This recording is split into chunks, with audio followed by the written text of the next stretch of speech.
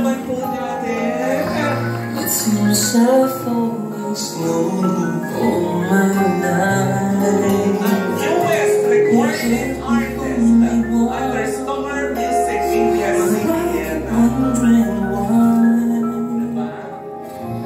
it seems you held me forever. Can it be true? Could that be wrong? That somewhere in the past I fell in love with you. Can it be true? Could I? Grabe marinig ako si Sir Jojo. Sobrang pinapil po na napakahapon talaga. As in talagang yung story pa lang na pinalabas kanina. From now, diba? Patuloy siyang inuulan ng blessings dahil nagiging blessing din siya sa iba. Ayun mo, Mare, hayaan mo natin bumati si Sir Jojo sa lahat ng ating mga sa mga kaibigan ko, mga press people na nandito. Matagal ko na kayong kilala. Maraming salamat sa support nyo natin sa akin. Isa ko akong ordinaryong tao na nabilib lang ako kasi never kong pumasok sa isip mangyayari. Ang daming mga naminintas, ang daming mga bahay. Ang daming lahat nagdadawang sa akin na wala akong kakayahan. Na isang araw ako kuha ko to. At masalamat ako dahil kahit napakasimple ng buhay ko, binago ng Panginoon lahat. Thank you. Thank you, Doc Mondel Rosario, kasi nandito siya ngayon. Sa pagbigay sa akin ng pagkakataon na ako yung nakapag-remake ng kanyang napaka-special na kanta. Thank you so much. Siyempre, Bago ko sagutin, I would like to acknowledge the presence of Ogie Diaz, yung Mama Ogs. Namumupahan kami sa bahay sa Lucena.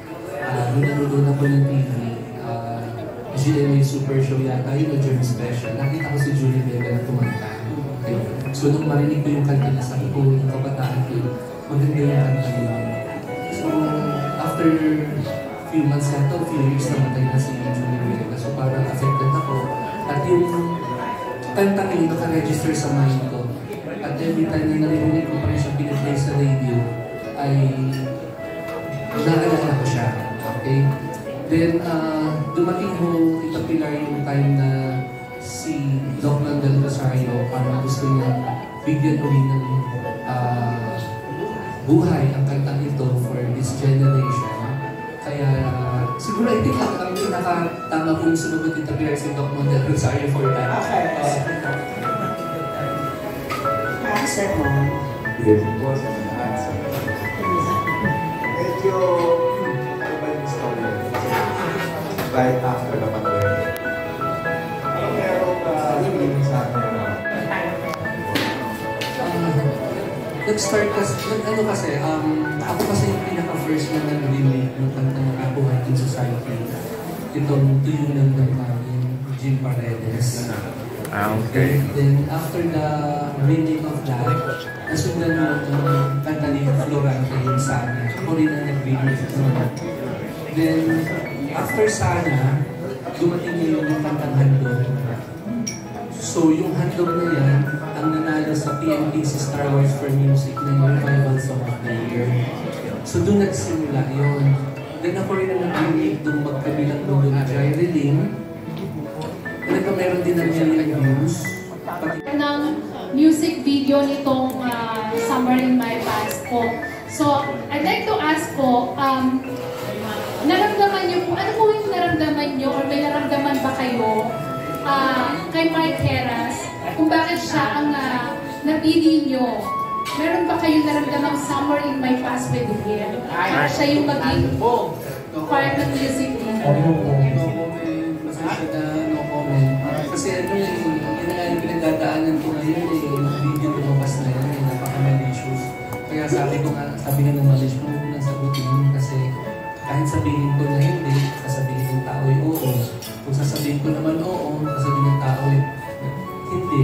So saan ako lalagay? Kasi nga, ang social media, madali siyang madaling mag-judge kung nung nakita nila yun ngayon. So, I cannot explain to everyone na ito, totoo, itong ganyan. Kaya sabi ko, ano yung comment for what? At siguro kung makita niyo siya, pwede mo naman siyang kasi sa aking side, marami ko ng pinagdaanan. Family ko affected, tapos yung mga kaibigan ko tumatawag sa akin. Pag open ko ng cellphone ko, mukha ko agad ang makikita sa Google, sa Facebook, lahat mukha ko. So, kumita naman ng mga social media nito, mga vloggers. At least marami ka lang masaya. Kumita sila doon. So sa akin, kayain na lang. Siguro one day, malalaman din nila yung totoo. Pero totoo bang part siya ng music video? Ay, hindi siya. Hindi siya part ng music video.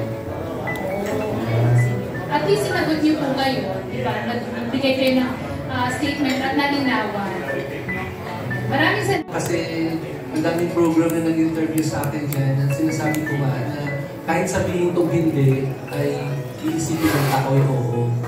Diba? Kung sabihin ko namang oo, hindi naman maniniwala din. Huwag na lang ako mag-comment. Pero dito sa press con mo, walang something sa inyo. Wala. Okay. Next question.